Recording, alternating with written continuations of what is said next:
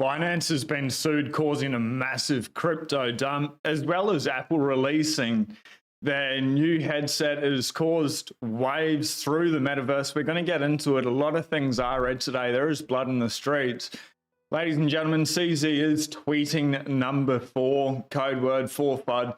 Our team is standing by, ensuring systems are stable, including withdrawals and deposits. We will issue a response once we see the complaint. Haven't seen it yet. Media gets the info before we do.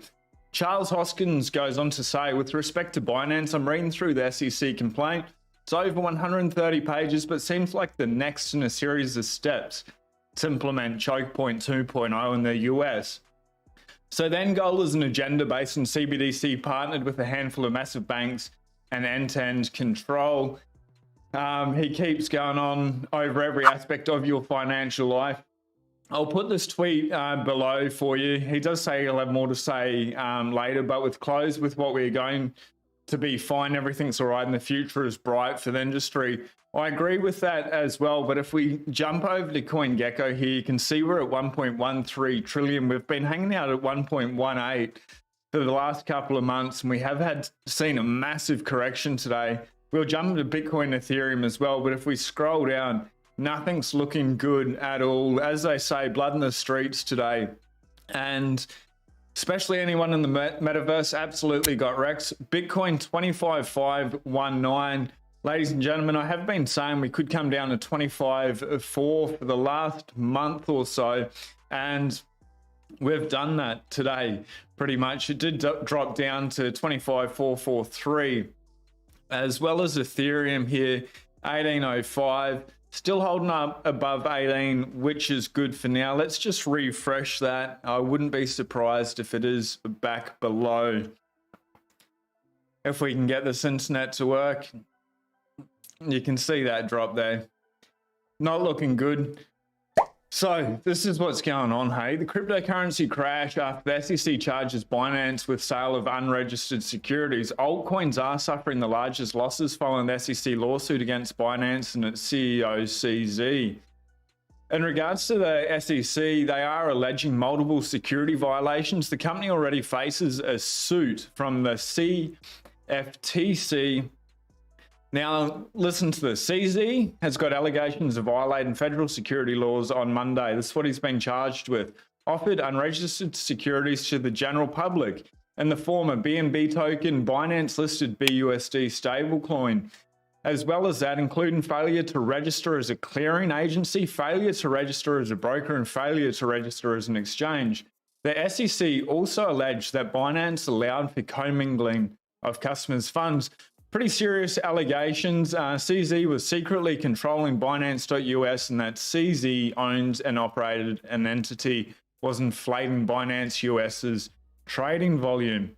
So the SEC also alleged that a number of other tokens, listen to this, this is really important because the SEC is going to really start cracking down hard on this. And we're going to get into an article where they're talking about good regulation, not the way to do it, ladies and gentlemen, including the native coins for Solana, Cardano, Polygon, Coti, Algorand, Filecoin, Cosmos Hub, Sandbox, Axie Infinity, Decentraland. They are all securities. Now, this was from 2018. Binance Chief Compliance Officer. We are operating as an F and unlicensed security exchange in the USA.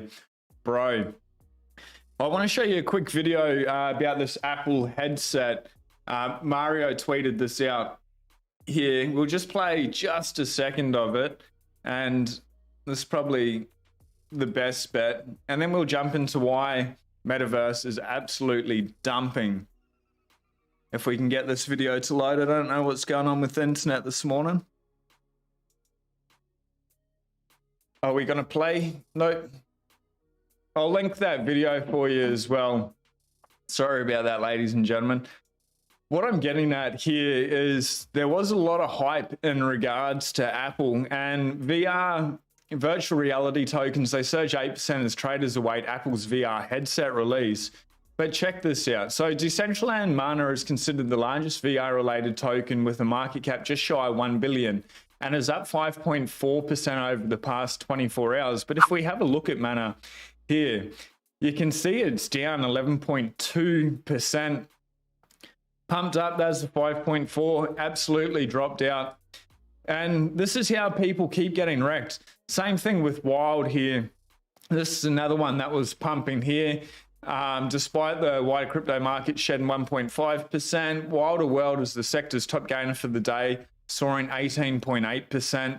Now it's down 17.1%, 35% round trip from top to bottom. Pretty tough, ladies and gentlemen, to be able to go through that on a daily basis. This is why altcoins, long term, you probably are going to get wrecked. Short term, you may be lucky, which is good for me. It's Bitcoin as the main one, and then going out on the risk curve, Ethereum, Binance and stuff. Maybe it's a good time to DCA back in, and that's what I'm doing, because all of this short-term noise, which is fine, it is what it is, but long-term we can see where the industry is going. Bitcoin, obviously not financial advice, 100, 120 conservatively after the bull run. Between now and then, it's going to be pretty rocky, up, down, and sideways, but a couple of good things are happening in the space. So El Salvador's Volcano Energy secures $1 billion in commitments for 2-for-1 megawatt Bitcoin mine. Now, Volcano Energy is the company, and I thought this was with Volcano Energy, but we'll get into it. $1 billion in commitments for the 241 megawatt Bitcoin mine in Metapan region in El Salvador. The mining site, it will be powered with 169 megawatts of solar and 72 megawatts of wind energy to bring computing power over 1.3 exahash a second. The government, now this is really interesting, will play a crucial role in planning and execution and has secured a preferred participation equivalent to 23% of revenues. That's pretty crazy that the government is getting 23% of the revenue of this Bitcoin mine. That's amazing. A country is taking control of Bitcoin mining. This is going to be huge going on in the next couple of years. Outside investors will own 27% of the venture, and the remaining 50% will be reinvested to expand energy production mining capacities, the firm said. This is great. This mining site is intended as a pathway to our geothermal future. They do plan on mining Bitcoin with Volcano Energy. Small steps forward and they will get there. Obviously, ladies and gentlemen, this is old news here, but the Atomic wallet has been hacked. They say 35 million. It's looking 35 to 50 million through reports. Now, security teams are investigating the cause of the attack. Reports have surfaced of tokens being lost, transaction data being erased, and even entire crypto portfolios destroyed. We talk about not your keys, not your coins. You need to even go a step further, get them off anything that's connected to the internet, cold storage. For me at the moment, I'm still using Ledger. I'm not advising you to do that. You need to do whatever works for you, but I will be looking into the cold card next. And use more than one device as well. Don't put all your coins on one central point of failure. That's not good for anyone. So at least 35 million worth of crypto assets has been stolen from Atomic wallet users. The 5 largest accounts lost 17 million. They have put out a couple of tweets. Atomic is a non-custodial decentralized wallet, meaning users are responsible for assets stored in the application. As usual, terms of service do not accept any liability for on-chain damages suffered by users. At the end of the day, they're saying, under no circumstances will Atomic wallet be liable to you for damages arising out of the services exceeding $50. So if that's happened to you, unfortunately, that money is most likely gone.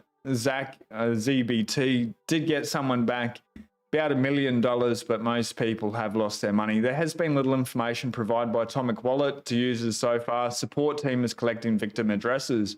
Reached out to major exchanges and blockchain analytics companies to trace and block the stolen funds. Hopefully they do manage to be able to get a whole lot more of that money back. In crypto, you are self-sovereign. You need to take 100% responsibility. You know, it's the same thing with FTX and Atomic wallet. It's been around for about 5 years. So people become complacent, start trusting it, and then things like that happens. Even centralized exchanges are a little bit better in these situations. We can see the only one up here is Hex, 1.54%. There is blood in the streets everywhere. unfortunately. And some of the metaverse like Render, the biggest losers, PulseX, Mana here, Luna Classic, Sui, XRP, Pepe are down a lot as well. So be careful with what you're investing in. Short-term noise, if you like the project, today is an amazing day and it may continue to drop, but DCA all the way is, if you're aiming for next year, when we really have that blow off top, this is when you can stack in at a nice time. Where's my favorite altcoin at the moment? My favorite coin is Bitcoin Maxi, but definitely use some of these gains here to be able to get more Bitcoin, because some of them definitely will outperform.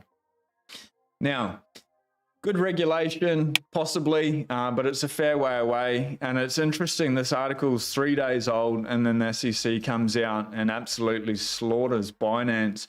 But the Republicans push for a crypto oversight with bill to make the SEC play ball. A draft legislation represents the year's most significant proposal.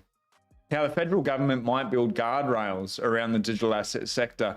I like how they say guardrails around there. I think we need guardrails around our banks here. This is going to go back and forth. The agency, while the agencies work out the joint regulations, the legislation says that existing crypto assets would be free from enforcement actions, a safe harbor that would allow firms and investors to keep trading during what would be a potentially lengthy wait for the SEC and CFTC to finish setting up the industry's new rules. It is going to take a while for this to be able to play out. If the SEC and the CFTC can work together in time for the Bitcoin halving, off to the races here. They are trying to push everyone into the main banks. The banks will be able to take over crypto. Then you'll be able to do whatever you want. They'll bring out their CBDCs. Talking about banks, flipping over to Australia here, because this is happening all around the world. We tried to get out $1,900 out of the ATM, which is, in today's day and age, nothing. It is pennies on the dollar. It's monopoly money. But read this, the default daily payment limit is $750 per day for your online banking if you're age 14 years or over. Very similar for ATMs as well.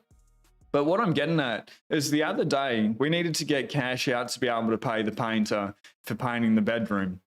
And we could get $1,000 out of one ATM, but we wanted $1,900, daily limits $10,000. We've called up, spent like 4 hours on the phone, increasing that limit. And we could still only get $1,000 out of that ATM. We had to go to a separate ATM and get out another $900 and then pay a fee because we couldn't use that bank's ATM services again for the day. This is absolutely ridiculous that banks won't allow you access on your own time for your own money. Absolutely insane. And that's the agenda with CBDCs. And an interest rate hike could still happen. Maybe they skip this one and do another one. But if they do another one, that's going to put more pressure on the banks. They're going to collapse. The top four are going to get them, probably JP Morgan again as well. Keep that in mind. That's why Bitcoin is such powerful technology and they're going after it so hard. But one thing which is great is the SEC has said Bitcoin is not a security. So that's in our favor. Everything else, Operation Choke Point 2.0, that's a real thing. Shout out to everyone in the chat. John Carter, I can see you there. Safety and Moose, the Bitcoin Standard, absolutely amazing guy. Obviously, if you haven't read the Bitcoin Standard, please do. And if you want to get people into crypto, or for them just to understand why you have such high conviction in cryptocurrency, the Bitcoin Standard is probably the place to go, not crypto Twitter. Although you get valuable information there, it is absolutely very noisy. Good time to say at Sean Clark 911 and hit subscribe if we vibe. But he's put out a new book, Principles of Economics. And when I saw that safety and put this book out, I couldn't find that on my Kindle, so I searched safety and I didn't realize he had the fiat standard. What an amazing book. I'm halfway through it, but he talks about fiat money in relation to Bitcoin and the positive use cases and how it's absolutely decimating society with our food, with our health, with our banking systems, with our savings, with our retirement, with our choice of freedom. and the way that they implement control. So I'm halfway through that, but strongly recommend reading the fiat standard. You need to read the Bitcoin standard first for it to make any sense. And then I cannot wait to read Principles of Economics. And just saying, Natalie Brutel, I have booked in an interview live here next week. So make sure you do subscribe to tune in with that.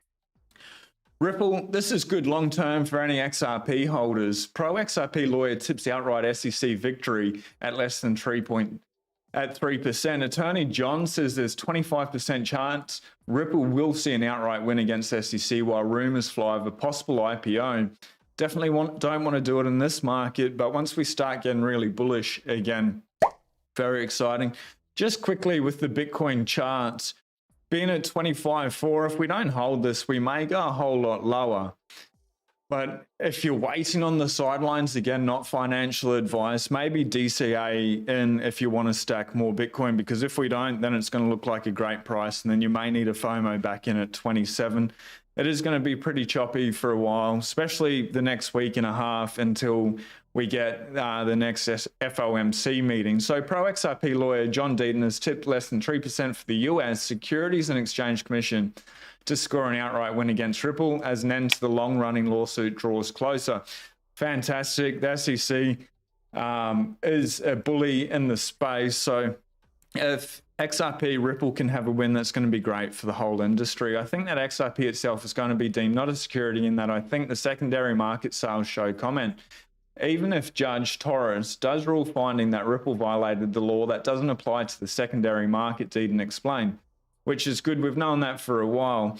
Speaking to Cointelegraph, May 22nd, Deaton said that the Ripple community should also keep a close eye on June 13. We got the FOMC meeting June 14. It's going to be a very volatile week and a half, ladies and gentlemen. Be prepared for that. If I was to say anything, up, down, and sideways, it can do all three each day, but just have a plan and zoom out for the long term. Where investors will discover is XRP was actually discussed between SEC prior to the Hinman speech. This date is when the Hinman material will most likely be unsealed and could have a drastic impact upon the case. They did say down the bottom here as well, in September, it looks like we should get a result. Here we go. Deaton highlighted that Judge Torres will most likely come to a final decision before September 30 this year. Keep that in mind. Now, Elizabeth Warren, Senator Elizabeth Warren, working with short sellers. This is how messed up the system is. A lady that earns $250,000, male or female, with a net worth of like $67 million. You wonder how she got that money. And there's probably part of the parcel here being paid by banks. Warren's alleged work with short sellers shows anti-crypto army heating up. Elizabeth Warren reportedly took advice from Wall Street short seller Mark, who cashed in on the collapse of Silvergate and Signature banks. So her anti-crypto army, Crypto Warren says, enables bad actors from drug traffickers to rogue states and is a threat to national security. We do see the US looking into El Salvador, Bitcoin mining, holding Bitcoin, using as legal tender as a threat to national security. It's a threat because it keeps people out of the centralized banks. So I'll leave that one with you. Definitely a little bit tinfoil hat, but you can see more and more they are going down that route, pushing people that way. Her anti-crypto crusade is gaining traction. In January, 3 US financial regulators published a joint statement on crypto banking, heavily echoed Warren's proposals, effectively laying the groundwork for a reg crackdown. The senator is working with Republicans on a bill that would impose strict industry-wide KYC requirements. She is even attracting cautious support from banking lobbyists. Definitely don't want to see banking lobbyists get in the way of crypto. What is happening here? Now, this is a video by Balaji talking about how he burns millions here.